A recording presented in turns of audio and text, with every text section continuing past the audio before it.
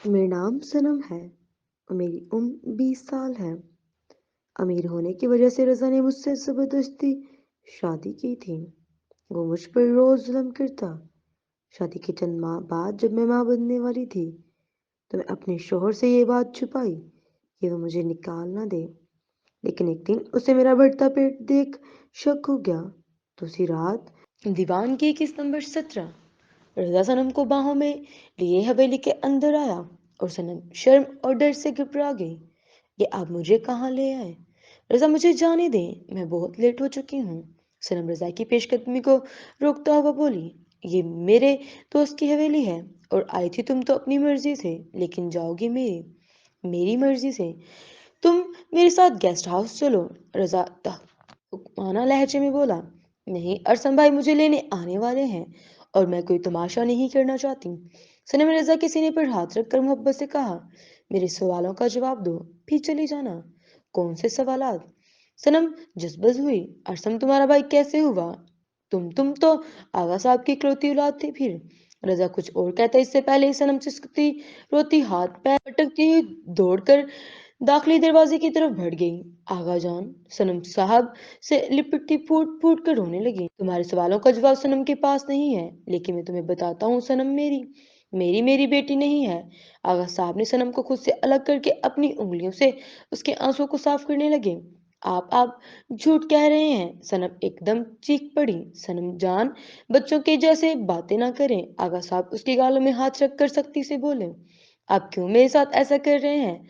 आप मेरे आगा जान हैं और मैं आपकी सनम जान। सनम ने आगा साहब की हथेली को चूमकर कहा, नहीं सनम जान, हमने बचपन से आपसे झूठ कहा और ये सच छुपाया कि आप हमारी बेटी सनम जान हैं, लेकिन दर हकीकत आप मेरी नहीं, यावर सिकंदर की बेटी सादगी सिकंदर हैं। जिस रात आपके बाबा का एक्सीडेंट हुआ था, मैं उस दिन लेट नाइट अपने ऑफिस से वापस आ रहा था। तभी आप मेरी साइमा जानम को रोती बिलखती मिली और वो आपको होटल ले आई, जहां बाद में मैं भी पहुंच रहा था। वहां अस्पताल के एक सीनियर डॉक्टर ने तुम्हें पहचान लिया और साइमा घबरा गई कहीं पुलिस के चक्कर में ना पड़ जाए, और इसी रात उसके हाथों से वो डॉक्टर जख्मी हो गया और वो आपको लेकर घर आ गई। लिहाजा हमारी कोई औलाद नहीं थी और मैं साइमा को जान से ज्यादा चाहता था और उसकी आंखों में उदासी नहीं देख सकता था। मैं और साइमा आपको सनम जान के नाम से पुकारने लगे और दो शहर में आप बसे। बस यही बात थी। साइमा का इंतकाल के बाद आप मेरी पूरी जिंदगी बन गई, लेकिन जब अरसा मुझसे मिला और तुम्हारे बारे में पूछ गिछ शुरू की तो मैं समझ गया आपके आगे सगे आपको ढूंढने हुए मेरे पास आ पहुंचे हैं। फिर क्या था, मैंने अरसम को सब हकीकत से आगाह कर दिया। खैर इसके बाद उसने कहा कि मैं तुम्हें वापस अरसम और तुम्हारे प्यारों को सौंप दूं, तो मैंने वही किया और तुमसे बदसलूकी की ताकि तुम घर छोड़कर चली जाओ। और वही हुआ, अरसम तुम्हें अपने घर ले गया और देखो तुम कितनी खुश हो, और सुना है कि तुम बहुत बड़ी जिम्मेदारी संभालने जा रही हो। माँ का इतना बड़ा ओहदा मिलने वाला है और मैं ना ना बनने वाला हूँ। आगा साहब बोलते जा रहे थे और सनम की आंखों से आंसू टूट टूट कर गिर कर उसकी कामदानी दुपट्टे में जज़ब हो रहे थे। रजा आंखें छोटी कर आगा साहब की आखिरी अल्फाज को गौर कर रहा था और दिमाग में जोर तोड़ कर समझने की कोशिश कर रहा था कि सनम प्रेग्नेंट है। रजा तो बस सनम और आगा साहब को देखने में मशगूल था, जो कब से सनम को कंधे से पकड़े प्यार से उसे समझा रहे थे और अपनी सच्चाई से रोशना करवा रहे थे। मतलब आप मेरे आगा जान, सॉरी मतलब बाबा नहीं। सनम थोड़ा दूर होती हुई बोली, खैर तुम ये भी सोच सकती हो इस बुड्ढे ने बकवास की है या छोटी मोटी कहानी सुनाई है। आगा साहब लापरवाही से शाने उचका कर बोले और रजा सर पकड़े ये बाप बेटी का ड्रामा देख रहा था। वैसे मैंने तुम्हें अपनी सगी बेटी से भी ज्यादा मान और चाह से पाला पोषा और बेहतरीन परवरिश की। खैर है सनम जान, हम समझ सकते हैं। और दामाद जी, योर काइंड इंफॉर्मेशन, मैं कोई मामूली क्लर्क नहीं हूँ और ना ही तुम्हारे बाबा साहब मुर्तजा सुल्तान के मिल में काम करने वाला मैनेजर। मैं एक मशहूर फैशन डिजाइनर हूँ और लंदन में मेरा खुद का बिजनेस है। सो मेरी बेटी को कभी कोई तकलीफ मत देना। और हाँ, जो मैंने तुमसे कर्जे लिए थे वो मुझे अपने लिए नहीं, आर्यन चौधरी का मुंह बंद करने के लिए चाहिए था, क्योंकि पता नहीं कहाँ से उसे सनम की हकीकत पता चल गई थी और मैं सनम को खोने से डरता था। इसे मजबूर अबे बस बना रहा। और हाँ, तुम्हारे अकाउंट में डबल पैसे जमा करवा दिए हैं और खुश रहो, दुआ है मेरी। मैं बस यही कहने आया था, आगा साहब ने कहा और सनम को सीने से लगा लिया। रजा को समझ नहीं आता कि वो सनम की कहानी और हालत सुन कर हंसे या रोए। आप मेरे बाबा नहीं हैं, छोड़े मुझे, सनम ने कहा, ये बचपन से ऐसे ही है।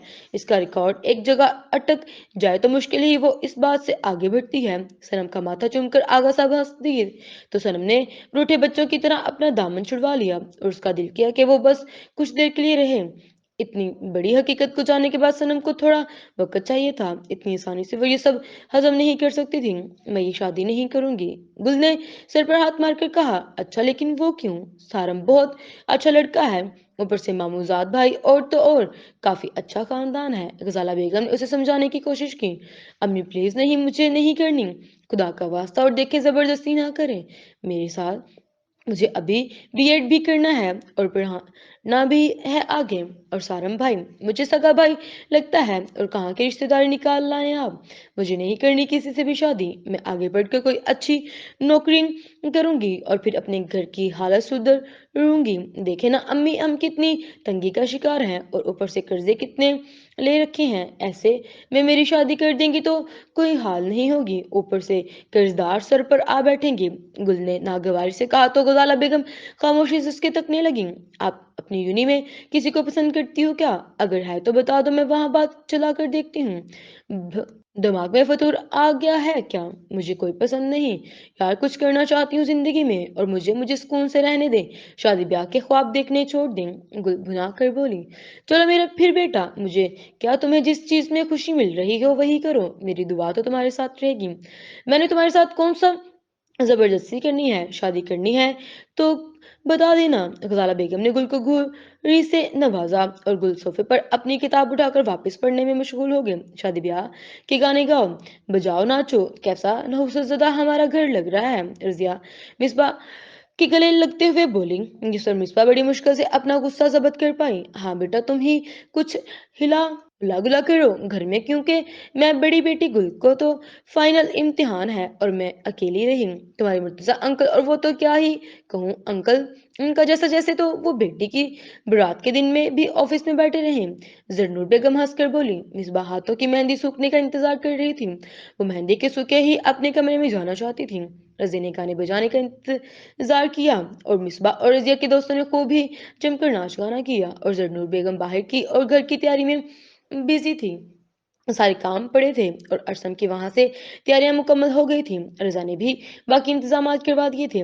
साजदा बेगम बैठी तस्बीह गिन रही थी, तभी अनाया दौड़ती हुई आई।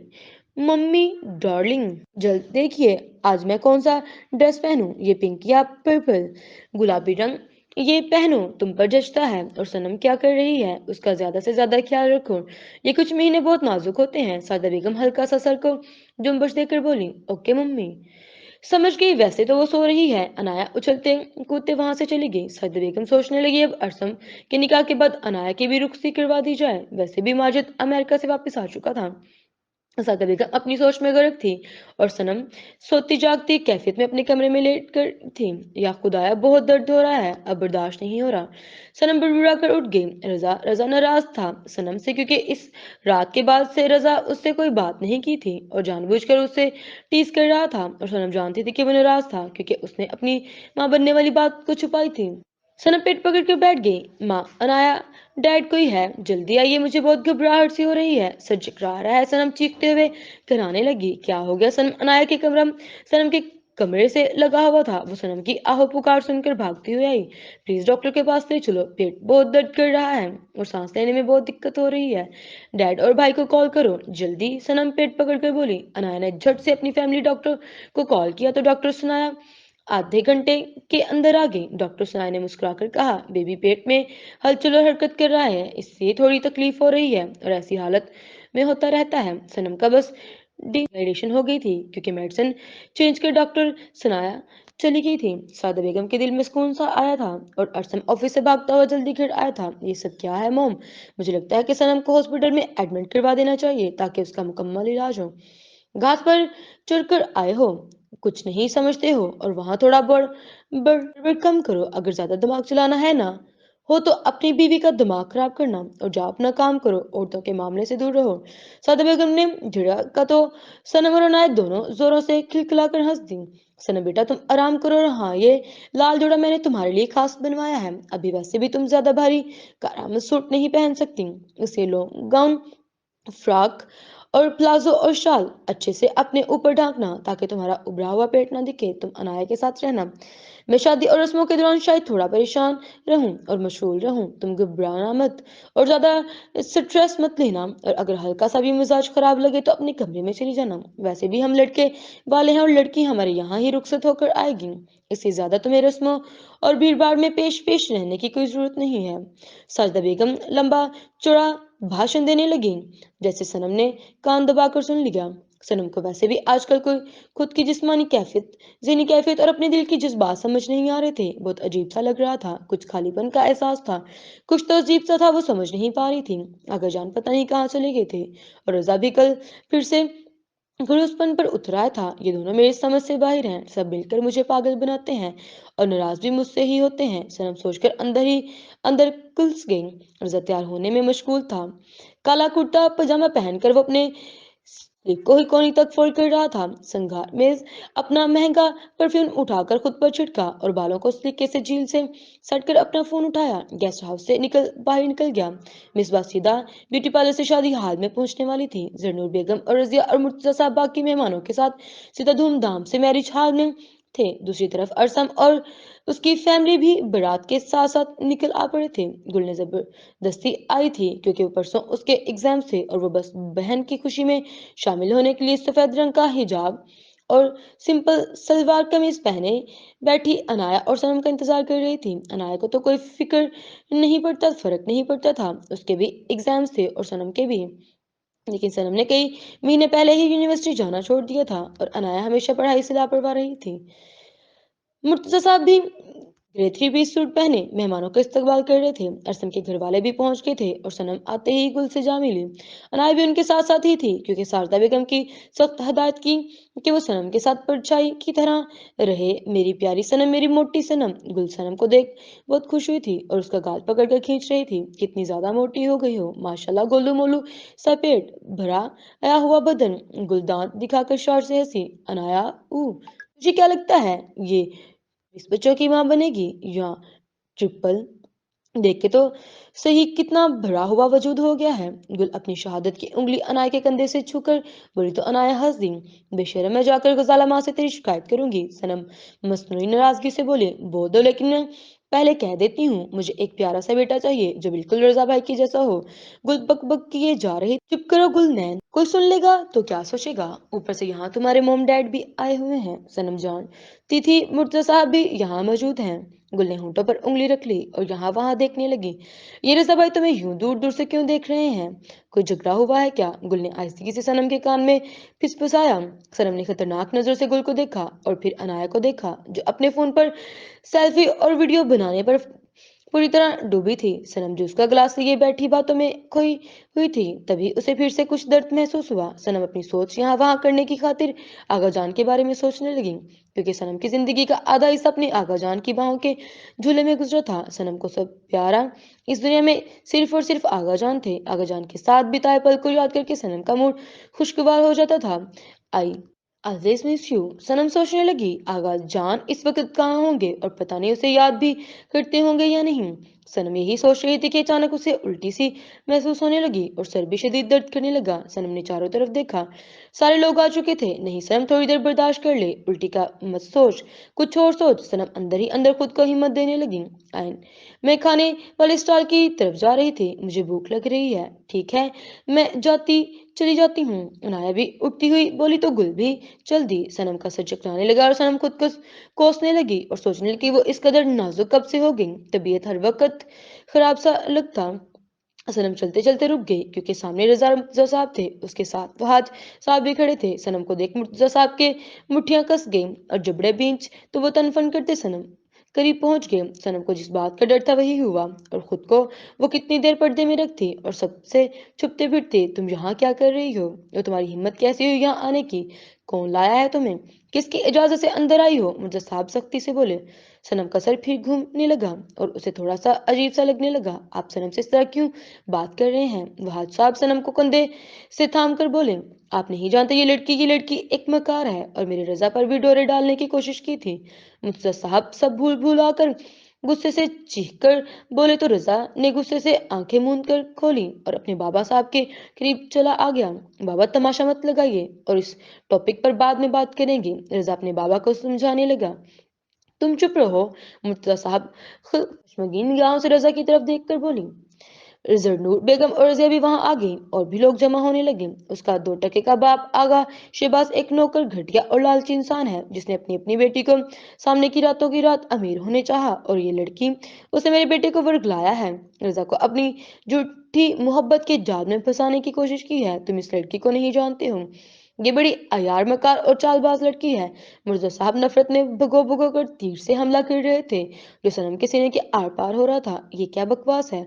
और तुम्हारी इतनी जरूरत कि तुमने मेरी बेटी के खिलाफ इतने घटिया अल्फाज का इस्तेमाल किया। पहले अपनी बेटी मिसबा को जरा देखना, जिसकी आज शादी है और वो अपने सो कॉल्ड हाई बॉयफ्रेंड के साथ फरार हो चुकी है। पीछे से एक करखत आवाज आई तो सारे लोग पीछे मुड़े तो आगा शहबाज सदीकी खड़े थे। ये क्या हो रहा है? तमाशा लगा रखा है। असम जो स्टेज पर खड़ा था वो नीचे आकर उनके करीब गया और मामले की गंभीरता को समझकर बोला, सनम सनम कोई और नहीं, सादगी और यावर सिकंदर है, मेरी सगी बहन। मेरी खूनी रिश्ता और किसी को कुछ पूछना है या किसी को कुछ कोई प्रॉब्लम है तो सामने आए। अरसम की बात पर रजिया और मुर्तजा साहब को जैसे सांप सूंघ गया हो। सारी फैमिली मिली हुई है, सबके सब फ्रॉड है। मुर्तजा साहब ने जबतना हुआ और वो नफरत से बोले, बाबा प्लीज खामोश रहिए। रजा का दिमाग घूमने को था। अभी एक दिलसोज चीख को सुनकर सब उनकी जानब मुड़े। गुल अपना कांधा पकड़े चीखती और वहीं जमीन पर गिर गई। आर्यन पीछे हाथों में बंदूक लिए खड़ा था। मैंने कहा गुल मेरा साथ दो, लेकिन नहीं, तुमने तो सनम से दोस्ती निभानी थी। देखो क्या हुआ। सॉरी बट नो सॉरी, अब मरने के लिए तैयार हो जा। आर्यन कहता हुआ बंदूक सीधा गुल की तरफ तान गया। गुल को पहले ही एक गोली लग चुकी थी। अब आर्यन अपने खतरनाक इरादों को पाए तक मिल पहुंचाने के लिए जैसे ही आगे बढ़ा, रजा दौड़ते हुए सामने आ गया और एक कांच की बोतल सीधा निशाने स्वाद कर मार न जो सर पर जा लगा और वो वहीं ढेर हो गया। लेकिन इतनी जल्दी नहीं, वो हारा था। कुछ भी हो जाए मैं अपने साथ आज सनम को लेकर जाऊंगा। अयान के सर से खून की तेज धार बहकर उसके चेहरे पर लकीरें बना रही थी जो उसे भयानक दर्जा दे रही थी। सनम झट से अपने आगा जान के पीछे छुप गई।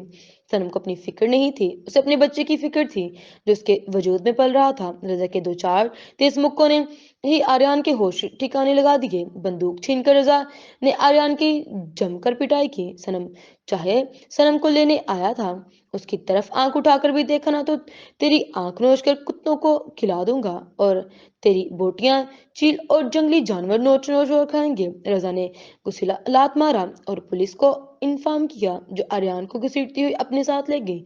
वहां साहब और अरसम गुल को एम्बुलेंस में से अस्पताल ले गए। साला बेगम का तो रो रो कर बुरा हाल हो रहा था। इन्हें कुछ समझ नहीं आ रहा था। मुर्तजा साहब और जरनूर बेगम वापस घर आ चुके थे और बकुल आगा साहब की मिसबा का कोई अता पता नहीं था। उसका फोन स्विच ऑफ जा रहा था और बहुत जगह पता करने के बाद भी मिसबा का कुछ पता नहीं चला। बाद में उसके कमरे में एक लिफाफा मिला जिसमें साफ लफ्जों में लिखा था वो अरसम से शादी नहीं करेगी और हमेशा हमेशा के लिए घर छोड़कर जा रही है। जरूर बेगम को अब समझ आया था कि वो क्यों अकेले पार्लर जाने के लिए जिद पर अड़ी हुई थी। मिसबा बहुत पहले ही सब प्लान और सोच चुकी थी। अब उसे अमली जामे पहनाने में देर थी जो आज उसने शादी वाले दिन सबके सामने बेइज्जत कर चली गई। मुर्तजा साहब को तो समझ नहीं आ रहा था कि उसकी औलाद इतनी नाफरमान कब होगी। मिसबा उनको इतना लाड प्यार नाजों से पाला और आज वो अपने बाप के मुंह पर कालक मल कर चली गई थी। जरनूर बेगम तो सर पकड़े बैठी थी। एक बेटी अस्पताल में एडमिट थी और एक बेटी का कोई अता पता नहीं था। जरनूर बेगम को आज अपनी कोताहियों का एहसास हुआ था। उसकी ही अपनी छूट थी कि मिसबा आज हाथों से निकल गई और सरकश हो गई। दूसरी बेटी का सोचती तो दिल चीर सा जाता। खुद को बड़ी मुश्किल से संभालते हुए वो अस्पताल पहुंची जहां गजाला बेगम पागलों की तरह कॉरिडोर में टहल रही थी। सायदा बेगम भी वहीं बैठी हुई थी। हर वक्त था जो हर एक रात में कहर बनकर टूटा और सब खुद पर जब्त किए बैठे थे। आगा जान सनम प्यार से अपने आका जान से लिपटी थी।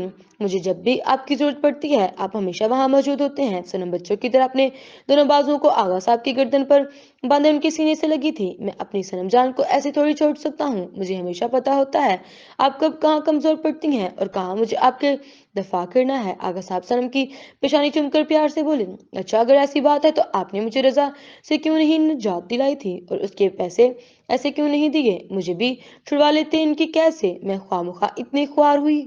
ऊपर से उनके बाबा मुर्तजा मुझे हर वक्त जलील करते रहते हैं। सनम उनके सीने से लगी खफगी से बोली, मसलहत कुछ बातें मसलहत के तहत भी छोड़ दी जाती हैं। मैंने जानबूझकर थोड़ी ढिलाई दी, आप नहीं समझेंगे। और सबसे बड़ी बात, रजा ने आपको हर मुसीबत से बचाया, उन्होंने आपका दफा किया और वो तुम्हें तहफ़्फ़ुज़ दे सका, इसलिए थोड़ा पीछे हटा रहा। कुछ बातें आप नहीं समझ सकती, एक वक्त गुजरेगा और जब आपको तजर्बा आएगा, जब आप तब तक आप मेरी हर बात समझ आएगी। आगा साहब उसे प्यार से समझा कर उसका शाना थप रहे थे। जानते हो, उनकी सनम जान मोहब्बत की आदी है। मैं अभी जिंदा हूँ, मरी नहीं हूँ मैं। मेरे इम्तिहानात पूरे 3 साल की मेहनत है, आप लोग क्यों नहीं समझते? अंकल आप समझदार हैं, प्लीज डॉक्टर से बात करें। बस कल का दिन है मेरे पास, मुझे यहाँ से डिस्चार्ज करवाइए। गुल होश में आने के बाद ही बुड़बुड़ाई जा रही थी। अभी मुझे 3 दिन यहाँ अंडर ऑब्जर्वेशन में रहना होगा, फिर घर चली जाना। रजा मसरूफ अंदाज में बोला, लेकिन मैं ठीक हूँ अल्हम्दुलिल्लाह। गुल को समझ नहीं आ रहा था कि वो किस जुबान को अपने लोगों को समझाए। गोली निकल गई है, खैर है, लेकिन मुकम्मल तौर पर तुम सेहतियाब नहीं हुई हो। आगा साहब उसके सर पर हाथ रखकर मोहब्बत से बोले, लेकिन अंकल मेरे इम्तिहानात, आप कुछ करिए प्लीज। गुल बेचारगी से बोली तो आगा साहब हल्का सा मुस्कुरा दिए। साहिदा बेगम ने शुक्र का कलमा पड़ा था कि उनकी बेटी सनम ठीक है और गुल भी अब खतरे से बाहर है। जारी है।